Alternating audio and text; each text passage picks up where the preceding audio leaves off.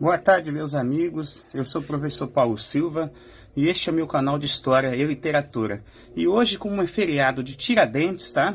Eu resolvi falar um pouquinho a respeito dessa figura histórica, um pouco controversa para alguns, né? Que virou herói nacional a partir do final do século XIX, né? Quando vinha a República no Brasil, tá? Então, para isso, eu vou usar o conhecimento do grande Boris Fausto, que infelizmente faleceu nessa semana agora, né?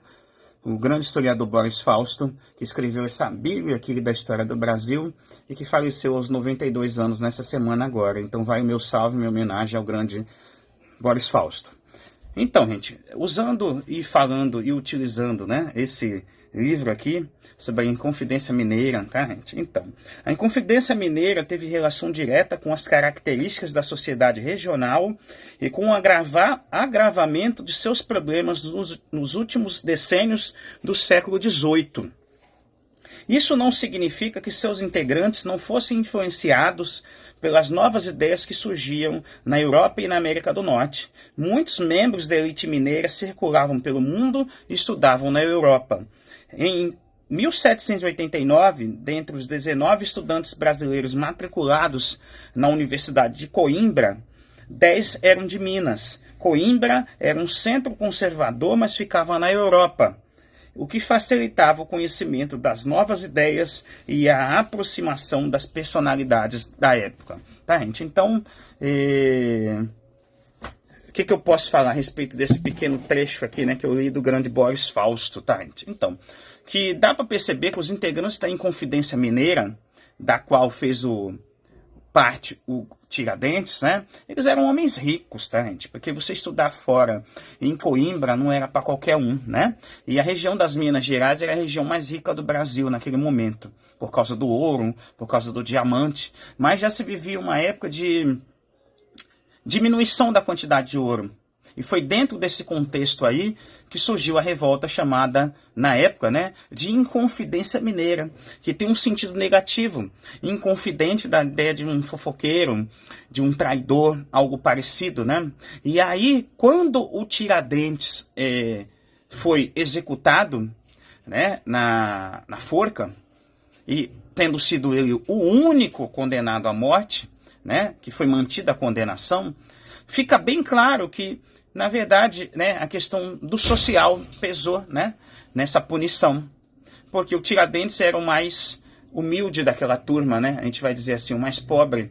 Então isso fez com que ele fosse o único punido, né. Houve uma indulgência da parte dos outros inconfidentes, né, que eram membros da elite mineira, né, membros da alta hierarquia militar, e membros do judiciário mineiro, como, por exemplo, Tomás Antônio Gonzaga, Cláudio Manuel da Costa, que eram, inclusive, árcades, né, do grupo do arcadismo na literatura, tá bom? Então, esses caras eram homens ricos, a maior parte deles, com exceção do Tiradentes, que era um simples alferes, ao equivalente hoje em dia a um subtenente, um tenente de terceiro grau, né, um terceiro tenente, talvez. Tá? E enfim, por que o Tiradentes virou um herói nacional? Porque durante o Império, tá, gente, ninguém ia falar do Tiradentes, né, como um herói, porque ele tinha sido condenado pela Dona Maria I, rainha de Portugal. E depois da Dona Maria I, se você seguir a história do Brasil, a família real veio para o Brasil com ela já louca, né, Dona Maria I a louca.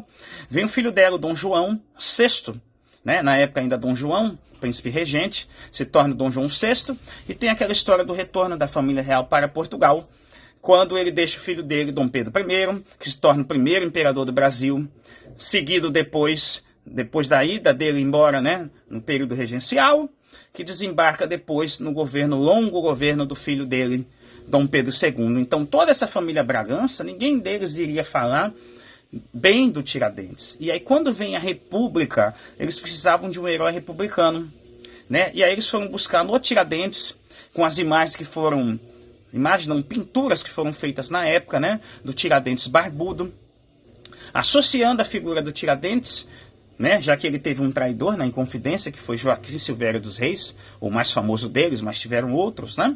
Ele tinha um traidor. Então, barbudo, traidor, associa a figura dele com a figura do Cristo, né? Então, por isso que o Tiradentes foi um herói nacional, a gente pode dizer assim, construído, tá, gente? A gente vai dizer assim, né? Aliás, se a gente for olhar bem, né, os nossos heróis nacionais, a maior parte deles é uma construção, tá, gente? Essa é a grande verdade, né? Ah, mas professor, não tem nenhum heroísmo no grande Tiradentes? Claro que tem um heroísmo. Um heroísmo esse que a gente até hoje não entende, né? Quando eu falo para os alunos, como é que alguém assume a culpa sozinho, né? De uma revolta, sendo que ele não era nem o líder dessa revolta. Então, esse é um mistério que até hoje, nos autos da independência, né? A devassa, da Inconfidência, desculpe, ele assumiu a culpa sozinho. Tá? Então esse é um grande mistério que a gente talvez nunca venha a solucionar. E daí, ele assumindo a culpa sozinho, ele acabou sendo condenado à morte também sozinho, tá bom? Então, quando veio a República, em 1889, eles buscaram no Tiradentes um herói republicano. Tá? Por isso que ele se tornou um nome, né, o nome do nosso maior herói nacional, que, curiosamente, está na menor moeda, né, tirando a de 1 centavo, que nós temos circulando no Brasil, que é de 5 centavos, tá? Então muita gente não lembra do Tiradentes, né?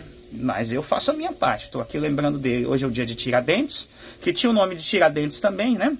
Porque ele, nas horas vagas, o trabalho dele como alferes, como militar, ele tirava dentes das pessoas, né? Porque essa era a função do dentista da época, né? Tirar os dentes.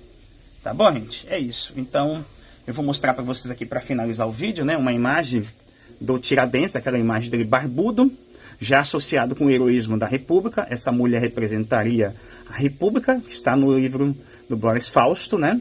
Então, ele é associado a imagem dele com a imagem de Jesus, a República. E do outro lado aqui, né, é o patíbulo, né, a morte do Tiradentes na forca, né, uma imagem pequena, né? Espero que vocês consigam ver aí no vídeo, tá bom?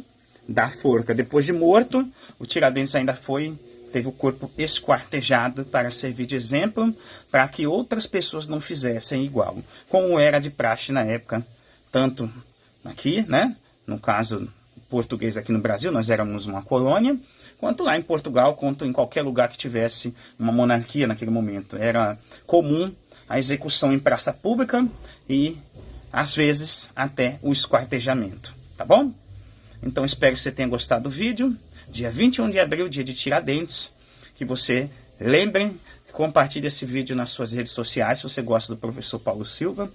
Se inscreva no canal, se você não me conhece, tá bom?